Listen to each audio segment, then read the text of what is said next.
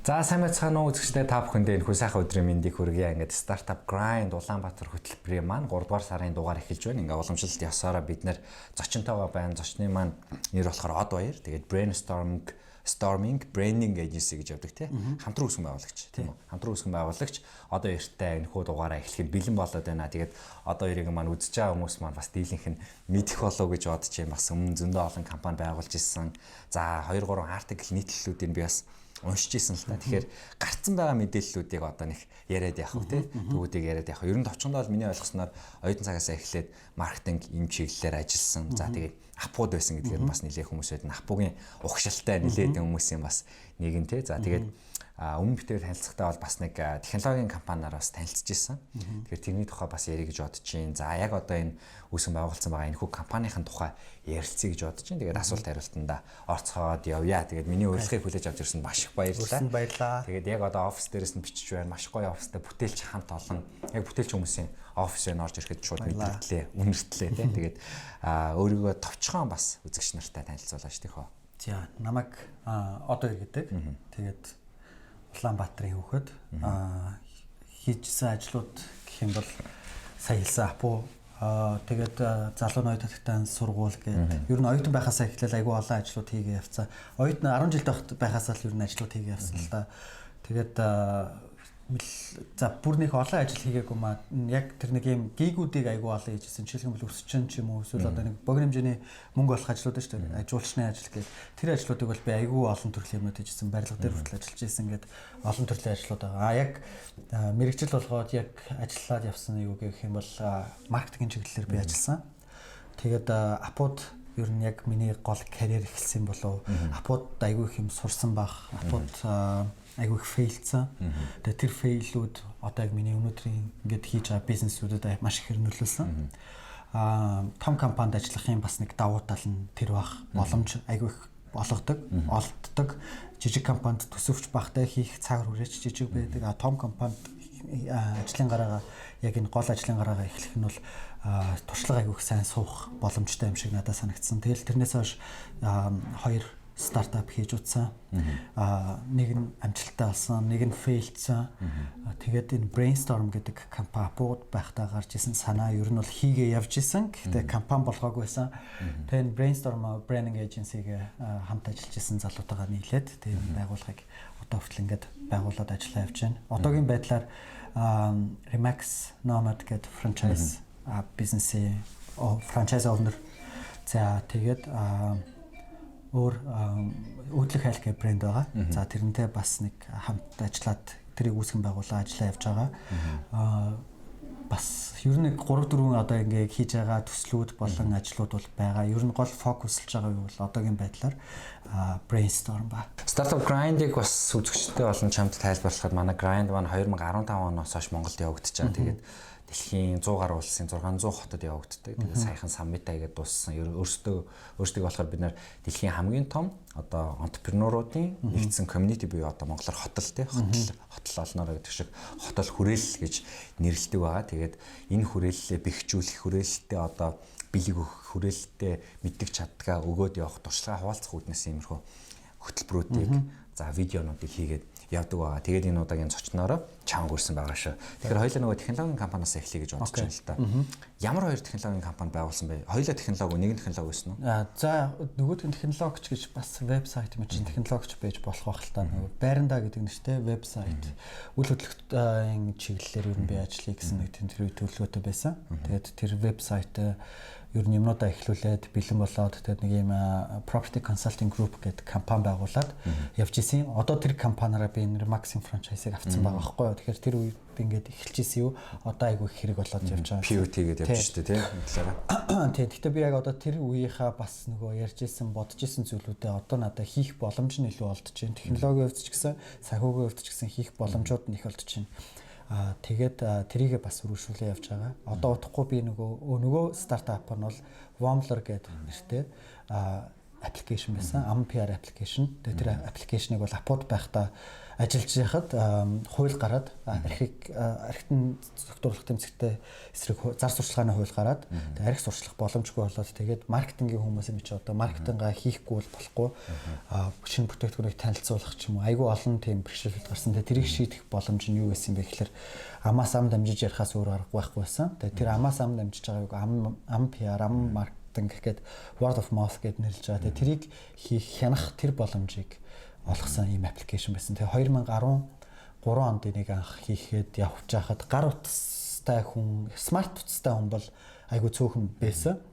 Тэгээд байгаа хүмүүс нь дата нэг хэрэглэхгүй, датаны юу бага байсан учраас хэрэгжихэд жоохон төвөгтэй байсан идэж нэлээд сайн гайгүй ажилласан. Одоо нөхцөл хөрс бүх юм бүрдсэн байгаа болохоор энэ компаниас буцааж сэргээж явуул тийм үү ажилт юм гэсэн төлөвлөгөөтэй ажиллаж ойрын хугацаанд одоо энэ буцаад гараад ирэх байна.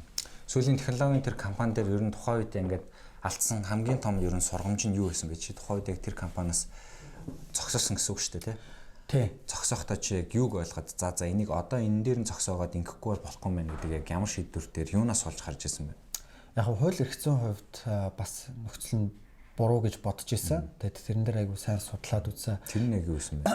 Жишээлх юм бол ампиар хийхэд би одоо чамтай ингэ яриад энэ кофе айгүй гоё амттай кофе штэ гэж ярьж байхад тэр ярианд чиний яриа орох юм бол би чиний яриаг бичээд авчиж байгаа хгүй. Тэгэхээр чиний яриаг чиний зөвшөөрлгүйгээр бичээд авах нь хууль бус үйлдэл гэж харж исэн боловч одоо болохоор тэр нь би өөрийгөө хянуулах би одоо жишээлх юм бол сурчлагаа хийж байгаа тохиолдолд хянуулах. Одоо тээврийн түгээлт хийж байгаа машин бүгд GPS-тэй байдаг. Гэхдээ тэр машинд хэн сууж байгаа нь хамаагүй. Ямар ч тач GPS-ээр энэ хүн энэ ажлаа хийгээ хүргэж байгаа гэдгийг нь хянуулах систем баггүй. Тэгэхээр бид нар тэр хяналтын системийг л бий болгож болохоос хүний яриа бичиж авах энэ юусоо шаардлага байхгүй. Дээр нь хүний яриаг сонсох шаардлагагүй болчих тийм нөхцөл байдал бүрдэж байгаа. Тэгэхээр voice recognition технологиор хэн нэгэн ороод энийг хянж шалгах шаардлагагүй автоматар хянагдаа шалгагдах боломжтой болсон учраас энэ технологийн давуу тал нь бий болчихж байгаа. Тэгэхээр тухайн үед бол би алдаж барьсан юм гэхээсээ илүү алдсан гэх юм бол яг технологийн компани мөртлөө өөрснөө технологи эзэмшихгүй байх нь алдаа юм байна гэж харсан. Байгууллагуудаар энийг хийлгүүлээд явах айгүй асуудалтай юм л. Хөлсөөр гэсэн үг. Хөлсөөр тий. Одоо энэ аппликейшн санаагаа гаргангуудаа за энийг хийгээд үг гэд хэлчихэд энэний асуудал нь юу вэ гэхээр жоохон юм өөрчлөхөд дахиад төлбөр гарна. Эсвэл тэр кодын ахаад дараагийн өөр газар би энийг сайжруулъя гэд явхад тэрийг ойлгоход айгүй хэцүү. Тэгээ энэний хооронд харилцаа холбоо айгүй асуудалтай байдаг байсан. Тэгэхээр тэрэн дээр юу яасан те би бас өөр нэг юу бол хитрхи over complicated буюу хитрхи хөндрүүлж юмыг бодох хэрэггүй юм байна. Стартап эхэлж байгаа зүйлд бол их мөнгө хэрэггүй юм байна. Хитрхи их зүйл бодоод айгүй томыг хараад байсан. Яг grand scheme-ээр хамгийн хол очих зүгээ харж болно. Гэхдээ тэр очих хол хүртлээ тэр том бодцсон байгаа юм аа маш жижигээр эхэлж байхад болох юм байлаа. Тэгээ би яг эхлээд айгүй олон том систем бодоод бүр ингээд олон улсын хэмжээний юм бодцсон байсан. Тэгээ Монголын газар дээр хөрсөн дээр ажил хийгээд эхэлсэн чинь UX UI нь бүр маш энгийн маш бүр ингээд юу ч байхгүй. Дэлгэцэн дээр юу ч байхгүй тийм болж эхэлсэн. Бүр айгүй сонирхолтой манай аппликейшны гол тэр юу ит болохоор хав хар дэлгэцлэн. Аппликейшн нэглээ. Орлоо хав хар дэлгэц. Тэр хар хар дэлгэцээр 2 удаа товшгоод яриа бичигдэж байршил тодорхойлогч зураг авч эхэлдэг байхгүй. Тэгээд нөгөө мониторингоо хийдэг гэсэн. Тэгэхээр юмыг тэгэж хүндрүүлээ сэтгээд амар логин эсвэл одоо тэгэл баг гэл айгүй олон сүд тийм ерөөсөө байх шаардлагагүйсэн юм байлаа. Тэгээд тэрүүгээр нэлээ их олон ажлуудыг хийж гүйцэтгээд орлогын хувьд ч гэсэн нэлээ сайн ажилласан. Тухайд бол дэж байсан уу? Тий.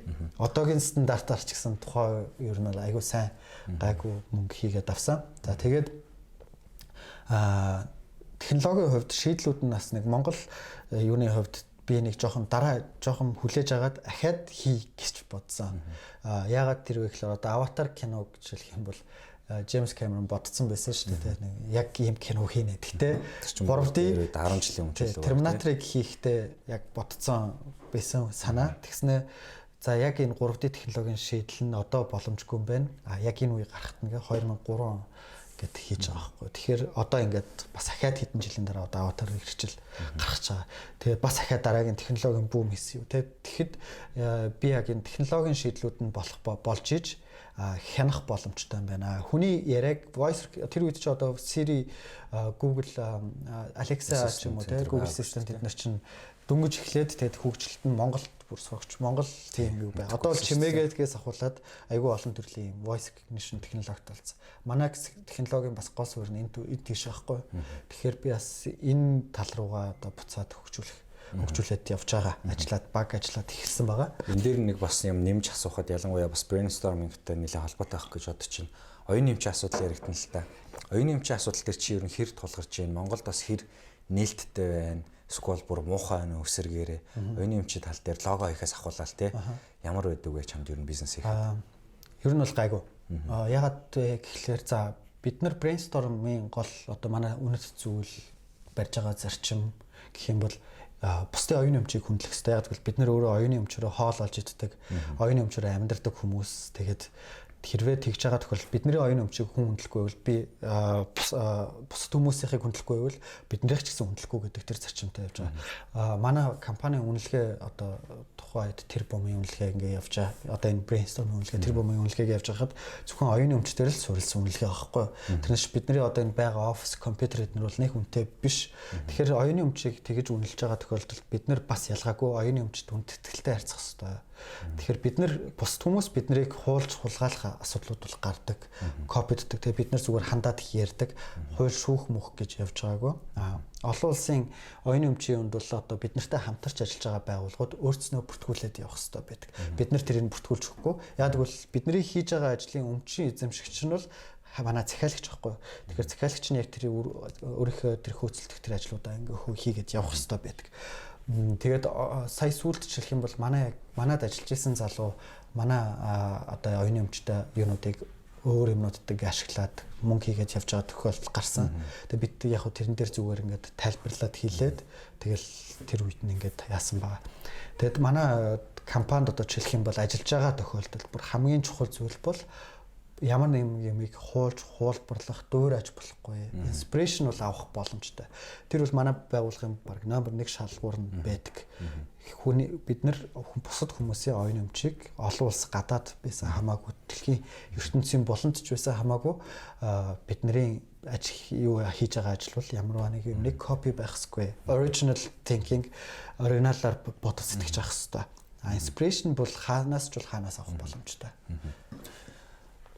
Одоо нэгсний одоо бид нар хулгайлах юм бол нөгөөдөл нь хулгайлна л гэсэн үг шүү дээ. Монгол бас оюуны эмчийн асуудал авих яригддаг. Тэгээ сүүлд ч гэсэн одоо нэг сонгуул дээр яригдсан тий. Сонгуулийн нэг хөдөлгөөн дээр шууд хүчтэй шууд хулбарлал гараад ирсэн. Жижигхэн болохоор тийм үү. Тэгээд энэтэй холбоотой бас нэг юм асуухад Монгол улсын нэг хэрэглэгчд гэж хүмүүс байна л да тий.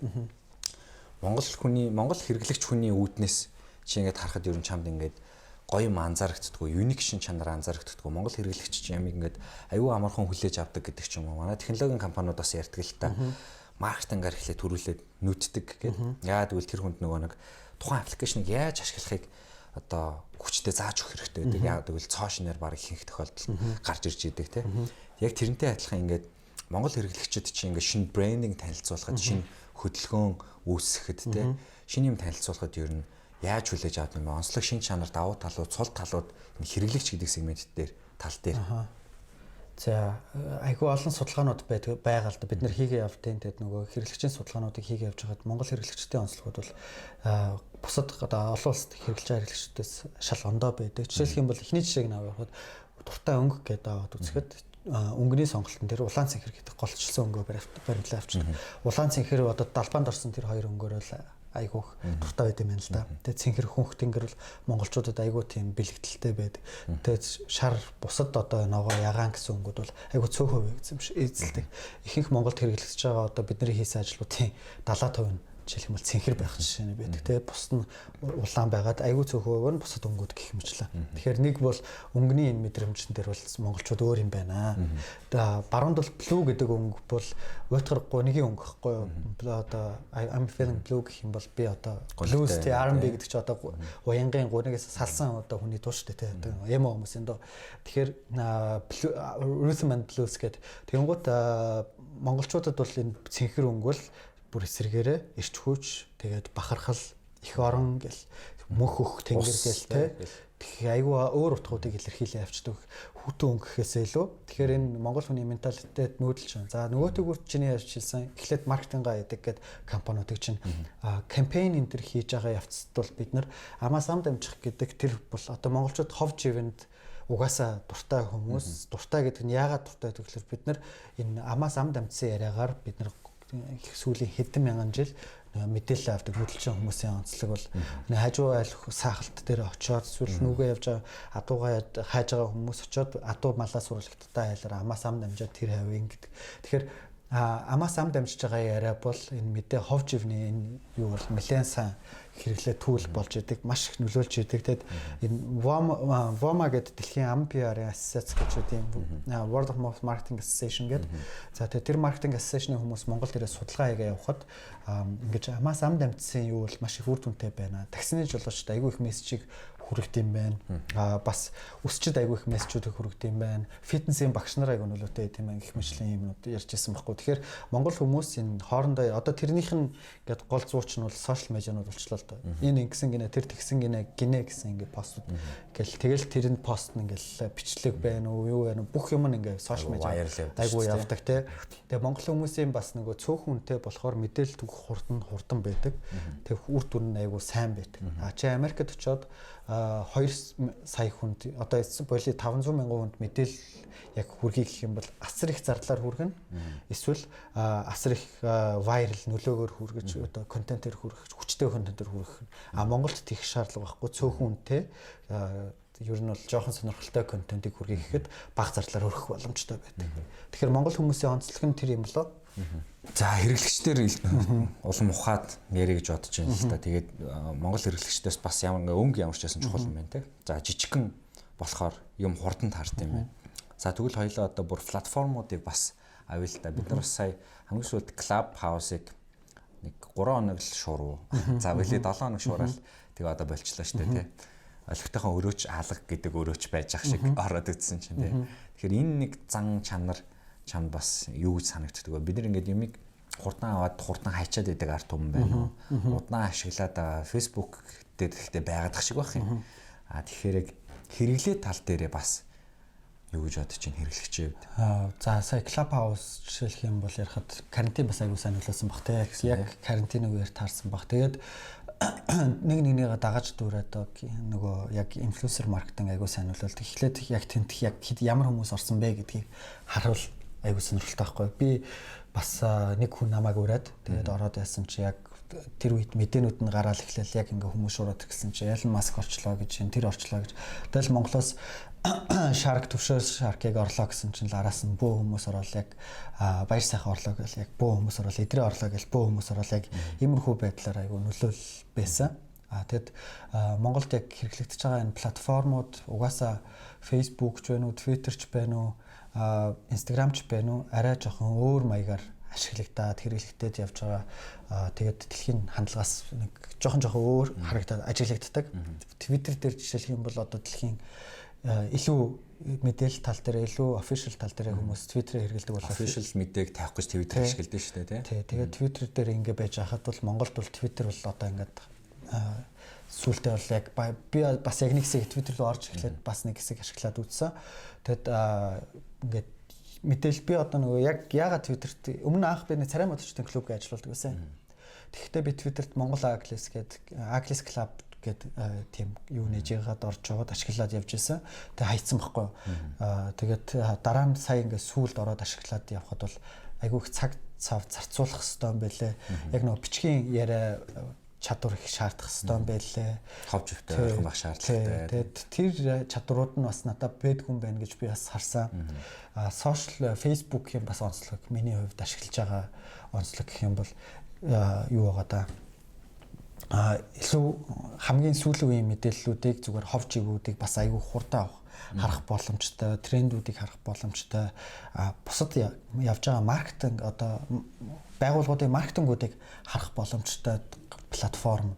Энэ байгууллага ийм компанид ажил хийж байгаа юм байна гэдгийг харах хамгийн ихний сууг бол Facebook байгаа байхгүй. Дараа нь Twitter, Instagram юм уу, дараа нь тэгээд Twitter орж байгаа. Яг компаниуд сурчлага ихт. Тэгэхээр миний нөө салбарын онцлог гэх юм уу Facebook-ыг би одоо яг тийм байдлаар ашигладаг. За Instagram бол яг миний яг өөрийн орон зай, чөлөөт орон зай. Би хоолоо хийдэг. Хоол хийх хоббитой. Хоолныхоо стори оруулах юм уу эсвэл тэгээд өөрийнхөө яг ийм урлагийн сонирхол, арт сонирхлуудаа тийм нэг ийм яг би хинбэ гэдгийг инстаграмаар илүү үзүүлэхийг зорддог. Нөгөө хоёр нь илүү нэг нь мэдээлэл авах зорилготой, одоо гаднаас юм хүлээж авах зорилготой. Нөгөөх нь болохоор би дэлхийд даяар одоо энэ ажил мэргэжлэрээ яг энэ компаниуд юу хийж байна вэ? Ямар маркетинг хэрэгжүүлж байна вэ гэдгийг харах зорилготой байдаг. Тэгэхээр 3 платформыг жишээлх юм бол ийм байдлаар ашиглаа авчдаг. Сая Clubhouse дээр би яг эхний хэдэн үед орж үзээд тэгээд нөгөө монголчуудын ярианы сэдвүүнээс дуусчлаа л та. Ярьдаг юм. Нэг зарим хүмүүс бол нэг юм бүх өрөөнд орж ярьдаг хүмүүс гарч ирээл тэгэл яг нэг юм ярьд юм байна. За энэ ингээ окей ингээд боллоо гэл. Нэг хүрээллийн 30,000 хүн л байх шиг байгаа юм тий. Тэр 30,000 хүн шуурж байгаа л тэгэл пак гэл болчиход ах шиг байгаа. Сонгол өгдөг нэг 30,000 хүн шиг. Одоо сая сүүл нэг Clubhouse дөрөвтөд ороо ирсэн. Өсрэл 200 болоод илээ. Яа тэр карантины үеэр яхад бол 2000 3000 тийм нөгөө Наро банчин ч баг 8000 л байла. Тийм шүү дээ. Тэр нэг тийм болж исэн. Айгуу сонирхолтой. Тэгээд монголчууд яг тийм платформуудыг өөр ингэсэн арай нэг өөрөөр ашиглаад байдаг нэг үнэн баг гэж бодож байна. Шинэ гоё мэдээлэл байна. Тэгээд үргэлжлүүлээд яг ер нь юм хүрээл талтай платформ хүрээл иймэрхүү зүйлийг ярингууд community ярингууд хүүхний хүрээл гэж байна л да. Тэгээ одохыг харах юм бол юу сайн хүрээлэлтэй юм шиг харагддаг. Ялангуяа компаниараа дэлгэмдүүлээд дамжуулаад буруу ашиглажлаа. Одоо бүх Монголын компаниуд л одоо танах дээр юм хийлгэжсэн байлгүй дээ. Одоо нэлээд хамгийн бүгдэрийн базаад логог хийгээд брендинг хийгээд дууссан байх гэж бодож байна миний бодлоо. Тэгэхээр энэгээр ингээл дамжуулаад хүрээл маш сайтай байх гэж бодож байна л да.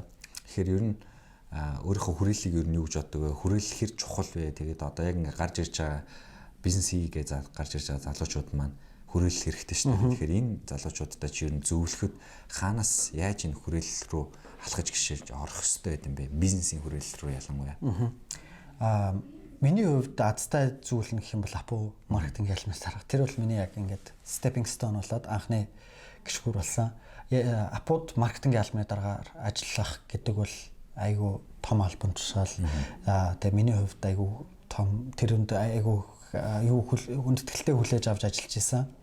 Тэгээд тэр үеэс хойш хүмүүстэй тэр харилцаанууд олонний танил хүмүүс вэ нүү эсвэл одоо бизнесийн том захирлууд вэ нүү бүгднтэй нь яг тэр апугийн маркетинг ялмны дарга гэдэг албан тушаалаас ингээ айгуух надад боломж олцсон тэр айгу олон хүмүүстэй танилцсан. Хоёр дахь нь болохоор миний хувийн характер гэж магадгүй би нэлээд нээлттэй хүмүүстэй ойлголцоходоо илүү сайн миний скиллийн бас нэг чадвар нь тэр байж гэж боддیں۔ Одоо өнөөдөр brainstorm яагаад ингэ явж байгаа гэхээр би ерөөсөө дизайн хийж чаддаггүй шүү дээ.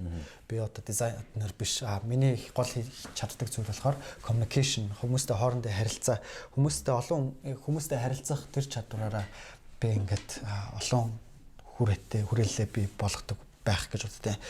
Тэгээд хүн болгон заавал над шиг юм extrovert би ч яг өөрийгөө extrovert гэж хүмүүс гаднаас нь харж магадгүй л дээ. Гэхдээ бас айгүй их дотгошоо чимээгүй хүн төрлийн хүн. Яг ажил төрөл дээр бол би нэлээ extrovert байх шаардлага гардаг.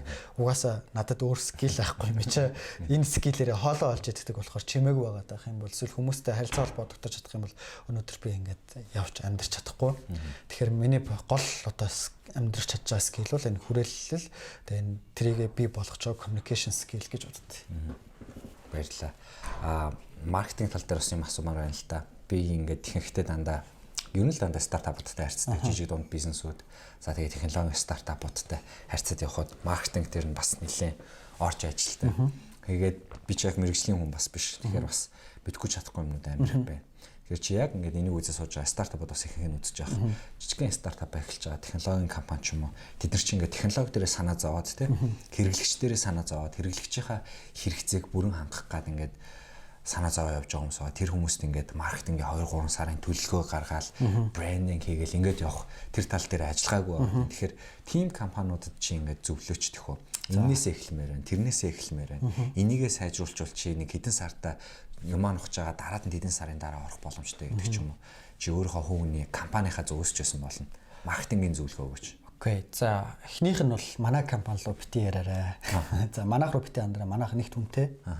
Стартап хийж байгаа тохиолдолд энэ их өндөр зардалтай ийм үйлчлэгээ шал дэмий өгдөө.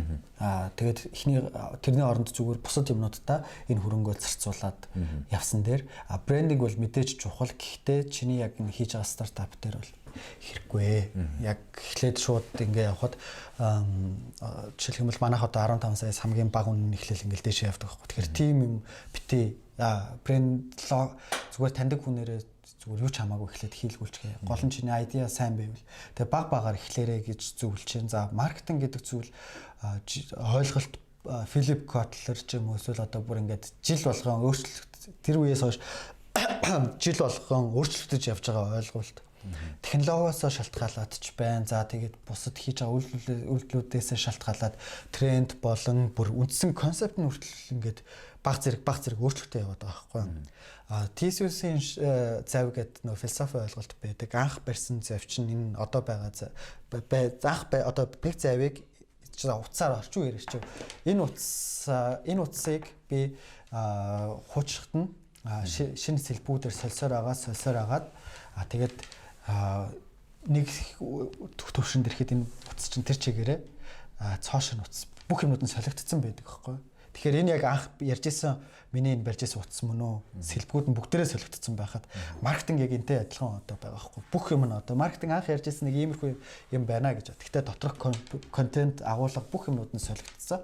Тэгэхээр бид нар өнөөдрийн маркетингийг өчигдрийн маркетингтэй бас харьцуулаад яхад ингээ ийм шүү гэд би зөвлөгөө өгч чадахгүй. Угаасаа одоо дэлхийн одоо амар мундаг хүмүүс ч гэсэн за яг энэ бол маркетинг ийм хийгээд шууд зөвлөгөө. Одоо жишээлх юм бол шинэ одоо TikTok ч байна уу одоо шинэ үед гарч сая Clubhouse-аар дамжуулаад ч гэсэн айгүй олон төрлийн бизнесүүдийн боломжууд гарч ирж байна. Clubhouse-тай адилхан копинууд айгүй их гарч ирж байна ч юм уу. Тэгэхээр тухайн нөхцөл байдлаас хараад riding the wave гэдэг нөгөө давлгааг дагуулаад давлгаанд surfing хийгээд тэрэн шиг нөхцөл байдал одоо жишээлбэл бол сүүлийн энэ 2020 19-20 21 он бол зүгээр дэлхийг ингээ оронгоор нэрхүүлээ ажиллаж байгаа маркетинг бүр ингээд бидний хаж амьдрах хэм маяг бүх зүйл өөрчлөгдөж байгаа. Тэгэхээр бид нар маркетинг яг ийм байх хэвээр тэгж хий стартапуудаа гэж бол зөвлөх боломжгүй бас нэг сэдв болов гэж бодож байна. Монголд бол TikTok нэг бас явахгүй харагдаад байна.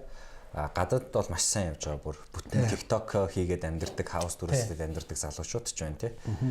Брендингээ хийгээд явж байгаа. Тэгэхээр яг Монголд ер нь хамгийн тохиромжтой сошиал хүрдэг engagement сайтай платформ нь аль нь юм бэ? Платформуудын хувьд гэх юм бол өөр өөрсний онцлогуд бүгдээрээ байгаа. Яг манай хэрэглэгч хэн бэ гэдгийг бид нар аягүй сайн тодорхойлоод communication strategy дээр яг тэрийг тусгай явдаг. Жишээлх юм бол премиум бүтээгдэхүүн байлаа гэхэд илүү юу дээр явдаг, Twitter дээр явждаг тий. Гэхдээ Facebook дээр ч гэсэн явах боломжтой байдаг. Премиум бүтээгдэхүүн гэхээр жишээ нь ямар бүтээгдэхүүн байна? За би одоо жишээ Isaiah гэх брэнд үү те. Isaiah брэнд бол гэхдээ таниулах дээр одоо ингээд хүмүүс awareness үүсгээд хүний нүдэнд зүгээр л харагдаж авах хэрэгтэй. Манай найз одоо тэр бизнесийг хийдэг. Эсвэл аам гэдэг дэлгүүр байна. Гэхдээ заавал ингээд бүх амар бүүстэл бүх хүмүүст харуулах гал ингээд байх шаардлагагүй. Гэхдээ авдаг хүмүүсийнхаа нүдэнд шинэ бараа эсвэл ийм байгаа юм байна. Ер нь аам гэдэг нэг дэлгүүр байгаа штэ. Нэг ороод дэлгүүрээс нэг цүнх авчиг. Тэгээд тэр бодлыг хүнд төрүүлэхийн тулд тэр заавал ингээд байнга тогтмол байх хэрэгтэй. Coca-Cola жишээлх юм бол одоо гэл харахад л байж идэв шүү дээ хаасаагүй. Тэгээд тэр чинь ингээд хүнд мартагдуулахгүй тулд тэр нь ингээд хаасаагүй байж ах хэвээр. Премиум байна уу эсвэл юу байна уу? Маркетингийн төсвөөсөө хамаарат бас яг ямар хөө бүтээгдэхүүн байх вэ гэдэг. Одоо сошиал Instagram-ыг жишээлх юм бол нөө инфлюенсерүүдээр айгүй ашиглаад байгаа шүү дээ. Бүтээгдэхүүн хэрэгжилж байгаа инфлюенсерүүд рүү бүтээгдэхүүнүүдэд явуулаад тэд нөө инфлюенсер гэж ярьсных хүмүүс инфлюенсерүүдийг айгүй муу байдлыг яг асах хүчээсэн сүрэг гэж ойлгоод байдаг. Тэгээ нэг худалдагдсан гэж яриад байдаг. Угаасаа тэр чинь хийдэг ажил нь мэрэгчлэн ахгүй юу? Би ажил хийдэг байлаа гэхэд тэр ажлыг муухай заваа гэд хэлээд байж болохгүй байхгүй. Би ажиллаа л хийж байгаа. Мөнгө олоод тэрүүгээр амьдарч байгаа байхгүй. Тэр чинь яагаад яадаг гэхээр зүгээр шууд инфлюенсер гэдгийг Google дээр үзээрэй. Тэгэхээр инфлюенсер маркетинг гэж үг гарна. Инфлюенсер маркетинг нь яаж явд юм бэ гэхлээр альва нэгэн бараа бүтээгдэхүүнийг онлайнаар сурчлахыг инфлюенсер маркетинг гэнэ гэсэн ойлголт нь байгаа байхгүй. Тэгэхээр хүмүүс болохоор ингэж ойлгоод идэв. Инфлюенсер гэхээр би нийгмийн сайн сайхны төлөө ингэж өөрийгөө зориулж авах хэрэгтэй. Инфлюенсер гэхээр би одоо залуучуудыгаа арх уухгүй байхад уриалах хэрэгтэй. Эрүүл мэндэд нь ингэж хандах хэрэгтэй гэдэг. Үгүй ерөөсөө инфлюенсер тим байх ёсгүй. Тим байх шаардлагач байхгүй. Инфлюенсер гэж ямар хүн юм бэ гэхлээр энэ iPhone бол айгуу юу юм бэ? Дажгүй юм байна. Энийг би хэрэглээд үзлээ. Надад айгуу таалагдлаа гэд энэ iPhone-оос надад Apple-аас надад мөнгө ирж байгаа. Энийг инфлюенсер гэдэг. Тэгээ төрөлцсөн тий хамгийн гол нь. Тэгээд нөгөө хүмүүс нь яг юу юм бэ? Одоо нөгөө тэр тэгэл амар лаг юу болох гол байгаа хүмүүс нь юу юм бэ гэхэлэр чинь хувь хүнийхээ зүгээр брендинг маркетинг хийж байгаа хүмүүс аахгүй. Тэгээ инфлюенсер дээр бас зүгээр миний бодол шүү бас энэ дээр нөгөө үзэж байгаа хүмүүс нь инфлюенсерээсээ бас хэтэрхийх юм нэхэд идэх юм шиг санагдсан. Зөвхөн одоо жишээ нь ингээл сая утас рекламддаг тий утасны тухай влог гэдэг утасны ревю хийдэг инфлюенсерыг аваачаад чи яагаад хувцас ярихгүй байгаа гэдэг нэхэд идэх тий чи яагаад ухаантай юм ярихгүй байгаа чи яагаад тус төрлөө орохгүй байгаа чи яагаад хүүхдэд туслахгүй байгаа гэж нэгсээр байгаад нөгөө инфлюенсер нь одоо дуршлаггүй байх юм бол сүултээ бүх юмрууд руу н ороод тэгээд дуусаад тэгээ аль альчгүй болоод тэгчтэй тэгээд тэр би бол яг тэрний үе одоо энэ манай Монголд үе шат нь ингэж явах байхаа одоо би өчтөр ZHC гэдэг нэг гадны инфлюенсерийн юу үзлээ YouTube channel-ыг нэлээд харлаа. Тэгэд бүр асар их хэмжээний өчтөр нэг бичлэг байлаа 6-7 ламбо зэрэгцүүлж тавьж агаад хамгийн юу яасан хүнд нь будаад бүр ингээ яг жигнэсээ будаад арт хийгээд хамгийн гоё арт одоо тэр чинь нэг 70 50 цаг 3-4 өдөр суугаад хамгийн гоё арт хийсэн хүн нь энэ ламбог ав гэж байгаа байхгүй. Тэгээд тэр хүмүүс ингээл ороод ажиллаад. Тэгээд тэрний бусад юмнуудыг харахаар ингээ айгу арт чиглэлээр ингээ хөгжөө явцсан. Арт хийдэг, тэрийг give away хийдэг өгдөг тийм чиглэл рүү. Би бол одоо тэгээ хин од заяа тий. Тэр бол бас яг тэр инфлюенсер чиглэлээр явж байгаа. Ануу бол инфлюенсер яг хүмүүс үзэн ядаад байгаа байхгүй хейтлээд од заяагийн гут амар юу яадаг бараа бүтээгдэхүүн ингээл сурчлалт муухай зааван гэдэг. Үгүй яг тэр чинь ажиллаа л хийж байгаа хүн. Тэргээрээ амьдарч мөнгө олж байгаа. Тэр хүн лөөр хийгээг байхгүй юу? Мэргэжлэн шүү дээ. Тэгэл одоо ингээ инфлюенсер маркетинг гэдэг зүйлийг хийгээд мөнгө олоод амьдраад явж байгаа хүн. Тэнгуут тэр хүнээс болохоор хувь хүний этикийн асуудал нэхэл эсвэл айгуу тийм өөр юмнууд нэхэд байгаа байхгүй юу? Би тэгээд нөгөө комедигийн хэлдэг шүү дээ. Комедигоос юу авах гэдэг юм бэ гэхээр үгсэн хацаа авах гэдэг юм бэ. Яг л тийм зүйл байхгүй юу? Тэр хүн зүгээр ажиллаа ягээ юм сурт та хэд юм сурчилж байгаа. Тэрийг авбуулаа авахгүй л байж болно. Тийм л юм ба. Тэгээ сүүл кино гэх юм бол баг Emily in the Paris-аас бас харж болох баг. Тэгээ инфлюенсерүүд яаж ажиллаж байгаа тийм Paris тэр одоо fashion инфлюенсерүүд яаж ажиллаж байгаа тэрнээс жишээ нь харж болно. Тэгэхээр яг ажиллаа гэж явж байгаа байхгүй тийм. Тэгэхээр яг тийм инфлюенсер гэдэг нэрийг жоохон өргөё гэж би бас хөөгнийхээ үднээс уриалмаар. Би ч гэсэн би инфлюенсер форум гэдэг өнгөрсөн жил хийжсэн. Тэгээд би 5 платформоос YouTube, TikTok, Facebook, Instagram, Twitter гэсэн ийм 5 платформын яг гол тоглогч, гол оролцогчдоос нь ингээд ярьслага аваад яриа хийгээд явсан. Би өөрөө хөтлөө явсан. Тэгээд харж байхад бол зарим хүмүүс нь яг инфлюенсер гэдгээ бол бүр ингээл амар нийгмийн юу гэж бодоол одоо хариуцлага үүрэг гэж бодоол байдаг. Нийгэмд инфлюенсер хүн ямар ч хариуцлага хүлээхгүй. Гэхдээ ер нь яг сүултээ яг бидний ингээ яриад сүултээ юу тогтсон бэ гэхээр ямарваа нэг юм хэмжээгээр монетайз хийж ижил инфлюенсер болох юм байна. Мөнгө олж авах хэрэгтэй юм байна гэдэг дээр л хамгийн сүүлд нь тогтсон. Наа чи гоё тодорхойлолтой шүү. Өстой гоё тодорхойлолт байна. За дараагийн асуулт. Тэгээд энэ тал дээр хоёлаа бүр бат дараа нь баг бүтэн дугаар хийх юм уу яа. Дараагийн асуулт нь болохоор би нөгөө менежментийн хувьд асуумаар байна л та. Чи ингээд маркетингийн багийг удирдах явсан замналтай юм хүн байгаа. Тэгээд brainstorming компани маань дандаа бүтээлч креатив залуучууд байдаг. За энэ залуучууд маань ингээд ярихад гой сонсогддог хэдий ч яг ингээд тулаад ажиллахад бас хэцүү хүмүүс байдаг. Ажиллахад яг үнэ хэлээд тэ. Урлагийн бид чинь хүмүүс байдаг шүү дээ. Тэгэхээр энэ урлагийн бидний хүмүүстэй ер нь яаж харьцаж чинь, яаж энэ менежментийг авч явж чинь. Энэ дээр бол тийм гүйцэтгэх захирал илүүтэйгээс чи айгуу сайн менежер байх гэж бодож байна л да. Тэгэхээр энэ тал дээр менежерийн хувьд чи ер нь ямар арга техник яаж ашиглаж явдаг вэ? Ер нь бол тийм аюу хэцүү штэ. Монголд ягаад энэ branding agency эсвэл студиуд хуучин үед хөгждгүү байсан бэ гэхлээр артистуудын яг эго гэдэг зүйл байдаг байхгүй. Тэр нь байх ёстой гэж үздэг. Тэгжиж тэр хүн өөрийгөө үнэлэн өөрийгөө хөгжөө явна. Тэрнээс ч зүгээр нөгөө 100 айл шиг байж болохгүй. Бүхнийг чадна, би чадна. Эсвэл 100 айлын хүн шиг цаан ашгаа одоо юу л бол юу хийгээл, юу л бол юуг хүлээж авдаг биш. Их зантай, муухай ааштай байж болно. Уудаг гэж болно, алга болдог гэж болно. Эсвэл ингээд гэхдээ тэрийг менеж хийдэг тэр зохицуулалт систем бий болох хэвээр. Студиуд хуучны одоо жишээлх юм бол студиудыг аваад үзээ л да систем байхгүй учраас нэг студи дээрээ зогсоол ингээд дампуураад байхгүй болдог ч юм уу. Миний харж байгаа зүйл яг энэ брендинг эйженси ч юм уу эсвэл одоо энэ дээр яадаг вэ гэхээр менежмент систем бий болох. Би байхгүй байсан ч гэсэн тэр хүн байхгүй байсан ч тэр амар авьяас мундаг бундарсан хүн байхгүй байсан ч компани үйл ажиллагаа зогсохгүй явж явах хэвээр. Тэр л хамгийн гол байдаг. Тэгэхээр тэрэн дээр яг ямархуу байдал энэ хүмүүстэй яаж ажиллах вэ гэхээр хүний хийх сонирхолтой хийж чадах зүйлийн л үг. Хийж чадахгүй зүйлийг нөх юм бол хүн burn out болно, байхгүй болно. Яг үгүй хаяа зүгээр челленжинг даалгавруудыг өгч хүн талаас нь хөгжүүлэх юмнууд хийдэг. Гэхдээ ер нь хүн дуртай юм аа л хийх юм байлээ гэдгийг харсан. Хүн одоо жишээ нэг л жишээ ярих гэсэн. Тэг жишээ нь одоо бид нар Улаанбаатар кофе гэдэг нэг төсөл дээр ажиллаж байгаа. Кофений ажил.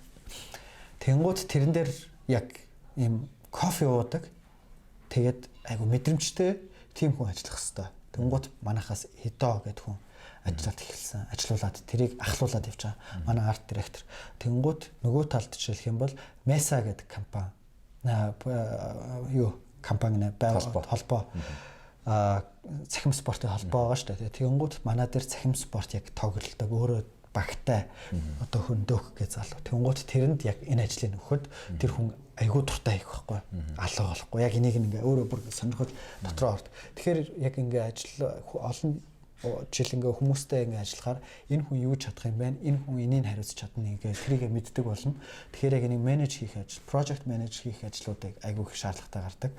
Бусад ажлуудыг бол би client management эднийг бол би баг өөрөө хийх явчихдаг. Заавал нэг илүү хүн байхгүй яа тэгэхээр одоогийн нөхцөл байдал дээр яг branding ч юм уу эсвэл одоо энэ тал дээр яг илүү тайлбарлаад communication strategy эднэр дээр яг илүү тайлбарлаад авах боловсон хүчин бас notes бас яг ховор байна. Бага хэд нь гадаадд ажиллаж байна. Монголд ажиллаж байгаа баг Монголд яг copywriter ажиллаж байгаа хүн ч гэсэн баг ховор байхгүй. Текст боловсруулад бичдэг. Тэрийг хүмүүсээс ажил гэж хүмүүс үнэлэхгүй байх. Зүгээр нэг сэтгүүлч авангуудаа за энийг энэ текстийг бичээд энэ маркетинг текстийг боловсруулаа гэдэг ажил. Тэнгууд copywriter гэдэг хүн бол хамгийн гол одоо компанид ажлын ураа үгийг гаргах хэрэгтэй байхгүй. Яарж явахтай гэдэг компанид ажлын 90% нь энэ үгэнд л байсан байхгүй. Тэг манай хийсэн ажлын бас нэг бахархаж байгаа зүйл нь хүн энэ зөвхөн нэрнээс болоод тэтэн хүний аим аврагдлаа гэж байгаа байхгүй. Тэгэхээр гол юу нь бол хийж байгаа ажлууд нь мэддэг чадвартай байх ёстой. Тэр чиглэлээр мэрэгчсэн байх ёстой. Тэр хүмүүст нь тэр ажлыг өгөх ёстой. Client manager хийгээд явдаг гэж түрүү ярьлаа шүү дээ. Тэгээд Монголд бол манай клиентууд бас жоохон хэцүү одоо ялангуяа захиалагч талдаа дуршлаггүй шүү дээ бас тийм. Тэгэхээр client manager-ыг яаж хийж явж байна? Тэгээд Монгол бас ажиглагддаг зүйл нь юу вэ? Одоо Япон хүмүүстэй жишээ нь маш сайн удаан төлөвлөж харьцах хэрэгтэй гэж ярьдаг тийм. Солонгосуудтай ингэж харьцах хэрэгтэй. За юунуудтай бол Италичуудтай ингэж харьцах хэрэгтэй гэл янз бүрийн юмнууд л байдаг л да. Тэгэхээр Монгол клиентийн онцлог гэж юу юм байна уу? Бага. Тэгээд бас яг клиентуудаа одоо анх бид нар чинь компани байгуулчаад ажил олохын тулд ажлыг араас нь хөөдөг байсан. Одоо манайх руу ажлууд хөөцөлддөг болцсон байхгүй юу? Яг одоо манайхаар юм хийлгүүлээ гэдэг тийм үед ирсэн. Тэгтээ нэг ийм юу байдیں۔ Анх яг ингэ явж хахад бидний зорилго юу байсан бэ гэхээр одоо яг энэ клиент ямар ч хамаагүй клиент орж ирэхэд нь бид нар тэр клиентэд тааруулаад хүсснийг хийж өгөө гэдгээр явж байсан бол одоо зах зээл юу хүсэж чинь хэрэглэгч нь юу хүсэх юм бэ гэдэг нь захирал нь биш одоо эсвэл тэнд ажиллаж байгаа нэг менежер нь яг юу хүсэж байгаа биш энэ бараа бүтээгдэхүүн эсвэл энэ брендингийг дараа нь хэн хэрэглэх юм бэ гэдэг дээр илүү анхаарлаа фокуслаа. Тэгэхээр тэр эрхчлөө бас байх ёстой. Компани захирлууд жишээлх юм бол анх энэ логог томруул, энэ уулыг тавь сарыг оруулах. Энэ communication strategy гэдэг зүйлийг юус анхудаа сонсч ирсэн хүмүүс байсан бол манайхаар зүгээр брэнд бук хийлгээгээл залгадаг байсан. Одоо тэр нь сайжирч байна. Үе ингээд үнэлгээний хувьд сайжирч байгаа нь ер нь бид түрүү хэлж штэ ямарваа нэгэн зүйл мөнгө орж ирэх тусам юм сайжраад байдаг.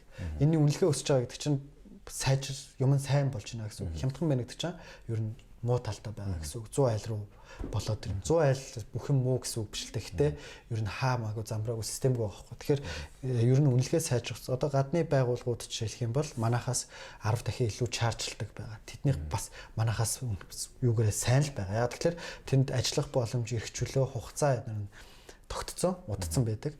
А бид нэр одоо энийг анханаас нь баг ингээд хүмүүжүүлэх, хэрэглэгчтэй хүмүүжүүлээ явтай.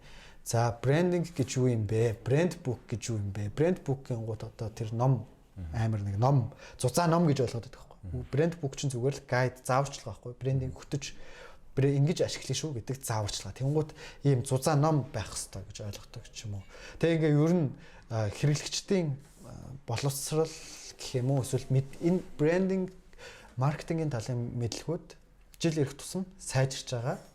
Тэгтээ болоогүй байгаа. Бидний одоо харилцаж байгаа харилцагч нар бид нартай хангалттай ойлголцдог болсон. Нэг хэлээр ярьдаг болсон.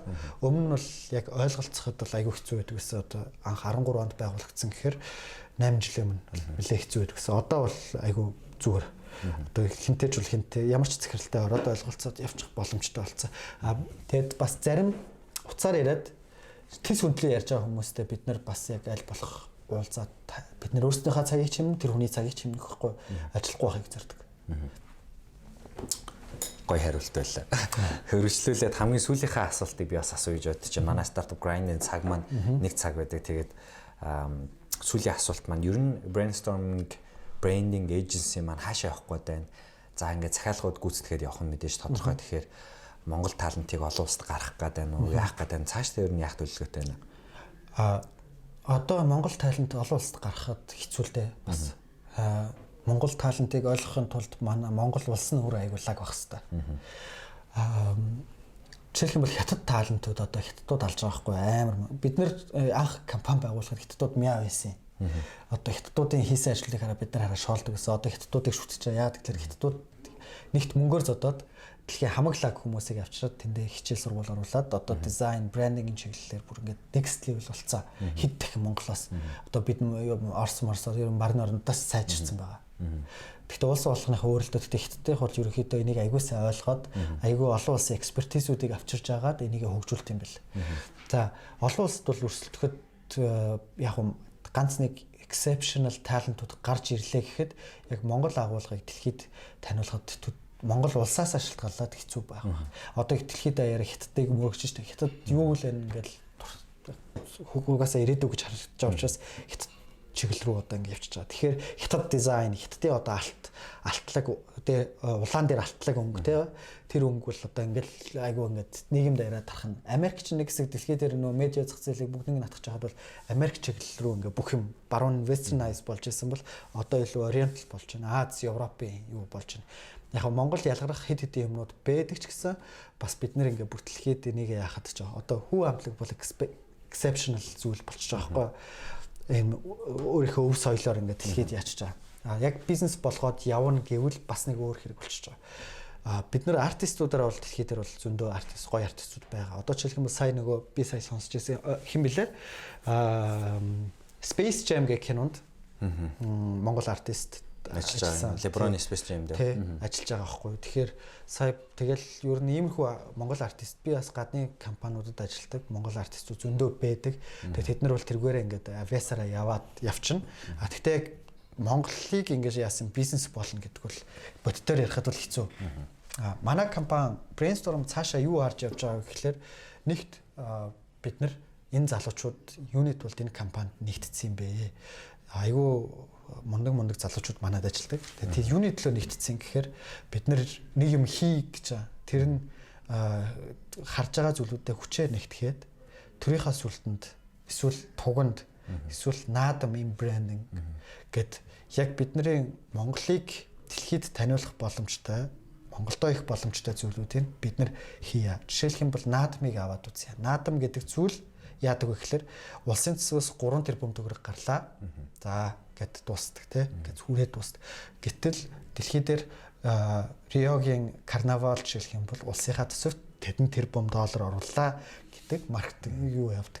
Тэгэхэд Монгол бол зүгээр гаргадаг тийм. Тэнгууд бид нэг брэндчүүлээд брендинг хийгээд наадам гэдэг зүйлийг брендинг хийх юм бол чиний өмсөж байгаа малгай эсвэл энэ ууж байгаа Coca-Cola-н дээр Надми Special Edition гэдэг коло гаргана. Надми Special Edition гэдэг нийслэл PV гаргана. Тэр нь болгоноос роялти аваад мөнгө аваад улсын төсөвт мөнгө орж ирж байгаа хэвээр. Тэр брендинг лого. Тэгээд тэнгууд хятадаас орж ирсэн бөөн тугнууд бөөн бодолгууд ирээ зарагддаг. Гүү тэрэн дээр яг улс нь өөрснөө артистуудтай тэр логог хамтарч зараад тэндээсээ артист нь ашиг оллоо, улснаас ашиг оллоо ч юм уу. Иймэрхүү байдлаар улсад төсөв мөнгө оруулах ч юм уу те. Иймэрхүү байдлаар бид нар биднэрийнхээ өөрсдийн үүрэг зорилго бол өв соёлыг ингээд манай компанийн шүү үлдээх, сурчлах гэсэн. Одоо бид нар тэрэн дээр ингээ ажиллаж явж байгаа. За нэг чиглэл нь бол тэр байх юм. Бидний үнэт зүйл биднийг хооронд нь барьцалдуулж байгаа зүйл бол бидний одоо бидний одоо хийцэн байгаа зүйл гэх юм бол Төв банкныхаа брендинг дээр ажилласан. Төгөргийн картн дээр төгөргийн логог өөрчилчлөө. Одоо сайжруулчлаа, ажиллачлаа. Одоо мөнгөн дэвсгэрч чинь хэрэг болохгүй байх ирээдүйд. Гэхдээ мөнгөн дэвсгэртийн бид нараас хувилбарууд дээр бид нар ажиллана гэж ингээ. Иймэрхүү байдлаар бид нар ингэж өөрснийхөө хийж чаддаг зүйлийн оргилд нь хүрье гэсэн зорилгууд байдаг. За нөгөө талаар бизнес талаас аваад үзэх юм бол бид нар бизнесүүдтэй хамтраад хувь эзэмшээд явъя. Бид нар брендинг маркетинг хийгээ явъя. Та бүтээгдэхүүн борлуулах, бүтээгдэхүүнийхээ түгээлтээ хийгээ. Бид нар тэрийг хийгээд тодорхой хэмжээний хувь эзэмшээд явах ийм цаашдын зорилго харж байгаа. Тэгэхээр бид нар зөвхөн дизайн компани биш, ер нь бол бүтээгч компани одоо ингээд юу хэмтэй бүтээгдэхүүн үйлдвэрлэдэг компани болно гэж ирээдүйд харж явж байгаа. Зөв. За маш их баярлалаа. Одоо гэдэг тийм. Компанид амжилтыг хүсье. Зөндөө олон ажлуудыг цаашдаа хийж гүйцэтгээсэй. Тэгээд Монголдо яг тийм гоё легосыг бас үлдээгээсэй гэж би бас хүсэж байна. Тийм шинжлэхтээсэй гэж хүсэж байна. Тэгээд үдсэн бүх хүмүүстээ баярлалаа. Ингээд 4-р сарын дугаараараа иргэн уулзцгаая. Bye bye.